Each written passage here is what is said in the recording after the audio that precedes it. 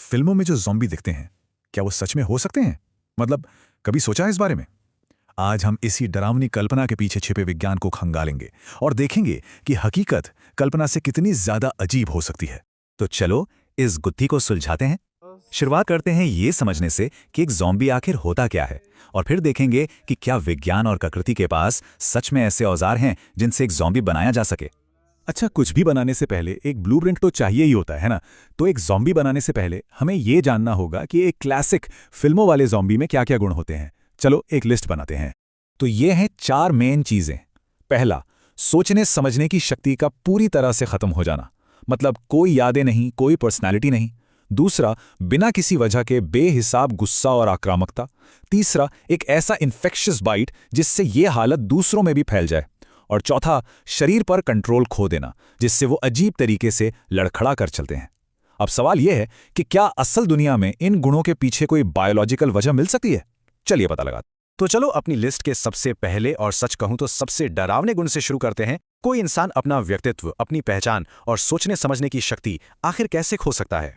देखिए, हमारे दिमाग के मोटे तौर पर 2 हिस्से होते हैं। एक है प्रीफ्रंटल कॉर्टेक्स। इसे दिमाग का सीईओ समझिए। यही सोच समझकर फैसले लेता है, हमारी पर्सनालिटी बनाता है।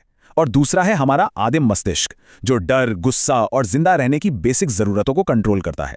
और एक ज़ॉम्बी असल में बस वही इंसान है जिसका ये सीईओ वाला हिस्सा शटडाउन हो गया है और सिर्फ आदिम दिमाग ही काम कर रहा है। और सुनिए, ये सिर्फ कोई किताबी बात नहीं है।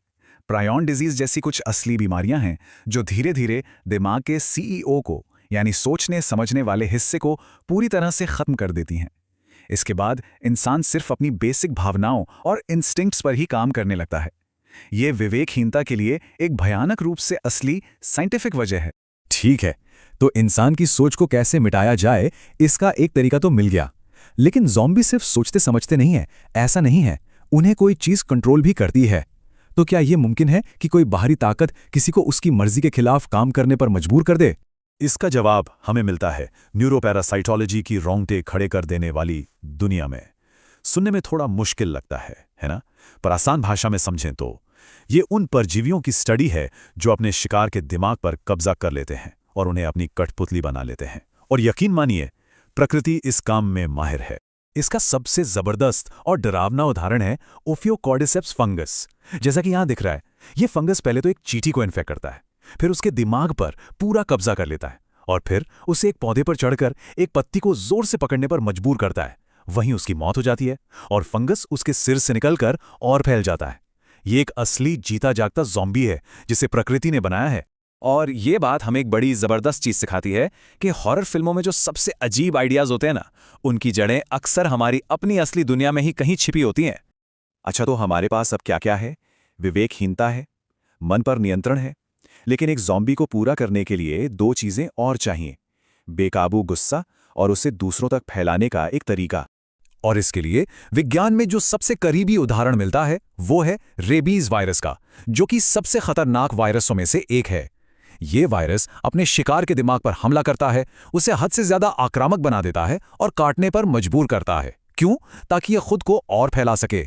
वायरस अपने होस्ट को अपनी जरूरतें पूरी करने के लिए बस एक गाड़ी में बदल देता है। तो मतलब पॉइंट यह है कि रेबीज हमें एक ज़ॉम्बी की 2 सबसे जरूरी चीजों का मॉडल देता है। एक तो इन्फेक्शन फैलाने वाला काटना, और दूसरा बिना सोचे समझे किया गया गुस्सा। तो हमारे ज़ॉम्बी ब्लूप्रिंट के 2 और बॉक्स पर टिक लग गया। तो ठीक है, ज़ॉम्बी बनाने के लिए जो भी साइंटिफिक सामान चाहिए था वो हमने इकट्ठा कर लिया है। अब वक्त है इन सब टुकड़ों को एक साथ जोड़ने का और आखिरी फैसला सुनाने का। ये टेबल समझिए हमें आखिरी फैसला सुना रही है। देखिए, विवेकहीनता, गुस्सा, इन्फेक्शन फैलाने वाला काटना, इन सब के लिए तो विज्ञान में बहुत पक्के कारण मौजूद हैं। लेकिन एक मौलिक चीज है जो अभी भी गायब है। तो जैसा कि ये स्लाइड दिखाती है, विज्ञान हमें एक ऐसा जिंदा इंसान बनाने के बहुत करीब ले जा सकता है जो ज़ॉम्बी की तरह बर्ताव करे। ये परेशान करने वाली हद तक मुमकिन है, लेकिन किसी मरे हुए को वापस जिंदा करना, ये पूरी तरह से फिक्शन है। विज्ञान का सबसे बुनियादी नियम इसे रोकता है। तो आखिर में असली ज़ॉम्बी भले ही ना हो, लेकिन इससे सीखने वाली बात उस दैत्य के बारे में नहीं है। ये इस गंभीर सच्चाई के बारे में है कि जिन वायरस और परजीवियों ने इस डर को जन्म दिया है, वे बहुत बहुत असली हैं और वे हमारे चारों ओर इसी दुनिया में मौजूद हैं।